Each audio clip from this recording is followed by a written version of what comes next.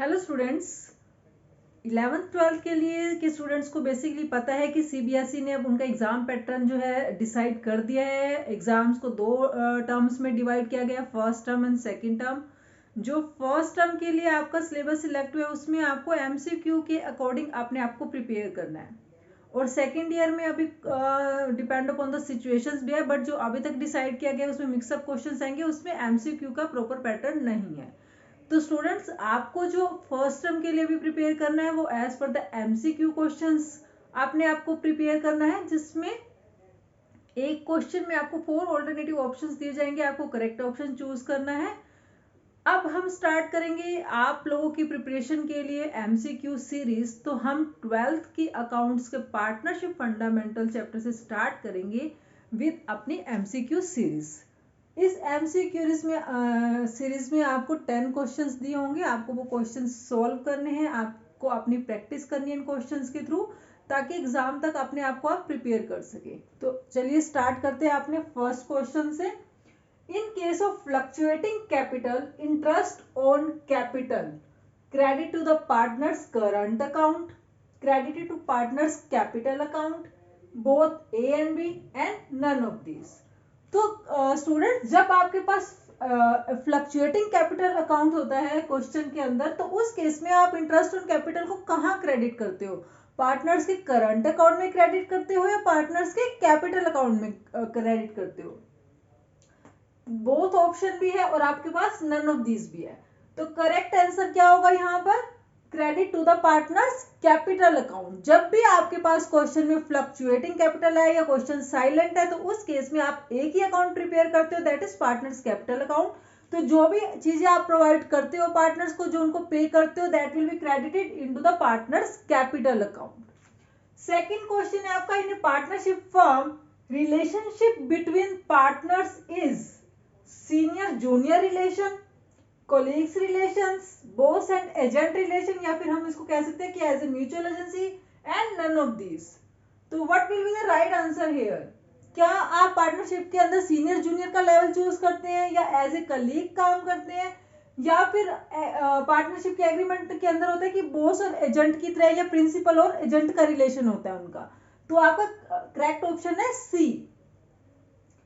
Third question है, in the absence of partnership deed interest on capital is provided at the rate of 6% per annum, 10% per annum, no interest will be provided, और none of these options. तो what will be the right option here? आपको पता है students, जब आपका partnership deed का absence होता है तो हम पार्टनर्स को कोई भी इंटरेस्ट ऑन कैपिटल प्रोवाइड नहीं करते हैं। तो उसके अकॉर्डिंग यहाँ पर जो आपका राइट ऑप्शन होगा that is C, no interest will be provided.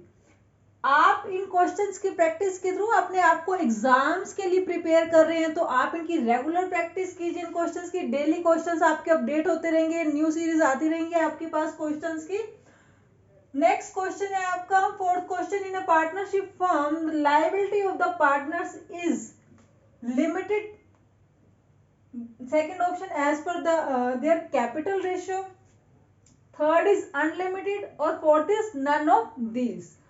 तो जब भी मैं पार्टनरशिप की बात करती हूँ तो वहां पर पार्टनर्स की लायबिलिटी होती है unlimited. Why? Because to pay out the firms outside liabilities और firm loss we will use partners personal properties also, और partners personal assets. That's why we are saying that the liabilities of the partners is unlimited in the partnership accounts. इन चारों questions में आप मुझे बताइए कि आपके कितने करेक्ट हैं आपके आंसर। आप स्कोरिंग अपनी बताते रहिए साथ साथ, ताकि आपको पता भी लगता रहे कि आपकी अभी तक कितनी प्रैक्टिस हुई है इन क्वेश्चंस में, इस चैप्टर्स की। तो अभी नेक्स्ट क्वेश्चंस पे चलते हैं हम स्टूडेंट्स। नेक्स्ट क्वेश्चन है हमारा, in case of fix capital account interest on drawings credit to the partners capital account, debited to the partners current account, credited to partners current account, और none of this. जब भी आपका question में fix capital दिया होता है तो आपको 2 अकाउंट्स प्रिपेयर करने होते हैं, one is partners capital account and other one is partners current account. तो जब फिक्स कैपिटल है तो जो भी आइटम्स आप प्रोवाइड करते हो पार्टनर से, या जो कुछ भी आइटम्स चार्ज करते हो, तो उसको हम उनके करंट अकाउंट में ट्रांसफर करते हैं। तो यहाँ पर इंटरेस्ट ऑन ड्रॉइंग चार्ज कर रहे हैं, that will be debited to the partners current account. Why? Because it is the income which will be debited from partners current account. आप चार्ज कर रहे हैं तो पार्टनर्स अपने करंट अकाउंट से पे करेंगे इसे हमें. That's why it is debited to the partners current account. Next question is, in case of the fixed capital account, partners capital balance is credit balance, debit balance, maybe debit or credit or none of these. तो जब भी आपको fix capital दिया होता है question में, मैंने अभी बताया आपको 2 अकाउंट्स रेडी करने होते हैं. One is fix capital account, that is other one partners current account. जब भी आप फिक्स कैपिटल अकाउंट प्रिपेयर करते हैं तो always it shows credit balance, because we consider only 3 transactions in the partners fix capital account. That is starting capital, जब उसने business start किया तब इसने कितनी इंट्रोड्यूस की capital. Second, during the year कुछ एडिशनल कैपिटल उसने इंट्रोड्यूस की, या फिर हो सकता है कुछ कैपिटल उसने विड्रॉ की. तो इन 3 ट्रांजेक्शंस को ही कंसीडर करते हैं जो ओनली कैपिटल की ही ट्रांजेक्शन है, इसलिए it will always show credit balance. तो ऑप्शन होगा आपका ए. नेक्स्ट है, विच of the following is charge against profit. Students, firstly आपको ये क्लियर होना चाहिए कि चार्ज अगेंस्ट प्रॉफिट क्या होता है. Charge against profit is basically obligation on the firm which like expenses that have to pay by the firm compulsory. जिन expenses को आप इग्नोर नहीं कर सकते हो, जिनको पे आउट करना आपका एक ऑब्लिगेशन है, आपकी रिस्पॉन्सिबिलिटीज है उन एक्सपेंसेस को पे आउट करना. तो आपके पास यहाँ पर ऑप्शन कौन कौन से हैं? Salary to partner, manager commission, interest on capital और इंटरेस्ट ऑन ड्रॉइंग. तो आप देखेंगे कि सैलरी टू पार्टनर तो एक डिस्ट्रीब्यूशन का पार्ट है. आपके पास प्रॉफिट होगा तो उस प्रॉफिट में से आप सैलरी प्रोवाइड करेंगे. मैनेजर कमीशन यहाँ पर एक कंपल्सरी एक्सपेंस है, क्योंकि मैनेजर को आपने अपॉइंट किया हुआ है, उसे कमीशन देना कंपल्सरी है. तो that part is charge against profit. बाकी interest on capital and interest on drawings that will be considering profit and loss appropriation account. Next question is, if a partner withdraw a fixed amount at the beginning of every month in a year, then interest will be calculated for how much time period? 6 months, 6.5 months, 5.5 months and 4.5 months. तो students, जब भी आपको question में in the beginning of every month दिया हो और पूरे year में वो विड्रॉ कर रहे हैं, तो आप तब 6.5 मंथ्स को कंसीडर करते हैं. यहाँ पर करेक्ट ऑप्शन होगा आपका ऑप्शन नंबर 2. तो यहाँ तक के आपके क्वेश्चन आप अच्छे से रिवाइज कीजिए. नेक्स्ट क्वेश्चन आप देखते हैं क्या है. नेक्स्ट क्वेश्चन है स्टूडेंट हमारा, which of the following is not consider in the profit and loss appropriation account. आप profit and loss appropriation account में इनमें से क्या आइटम कंसीडर नहीं करते हो. फर्स्ट है interest on loan by partner, second है salary pay to the partner, third is interest on partners capital account and last one is commission to a partner.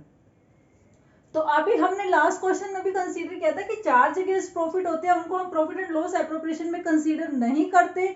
वो कंपल्सरी एक्सपेंसेस होते हैं, वो हमारा पार्ट होता है प्रॉफिट एंड लॉस अकाउंट का. तो यहाँ पर हम इन 3 चीजों को कंसीडर करते हैं प्रॉफिट एंड लॉस एप्रोप्रिएशन में, जो कि है interest on partners capital, salary to partner, commission to partner. जो चीजें हम पार्टनर्स को यहाँ प्रोवाइड कर रहे हैं प्रॉफिट में से, वो होता है प्रॉफिट एंड लॉस एप्रोप्रिएशन का part. But interest on loan by partner, it is a compulsory expense, it is charged against profit, so that part is not considered in the profit and loss appropriation account. Last question is, what is the nature of rent paid to partners account? जो आप rent paid to partner आपका एक expense है, वो कौन से nature का account है? Nominal account, real account, personal account and none of these.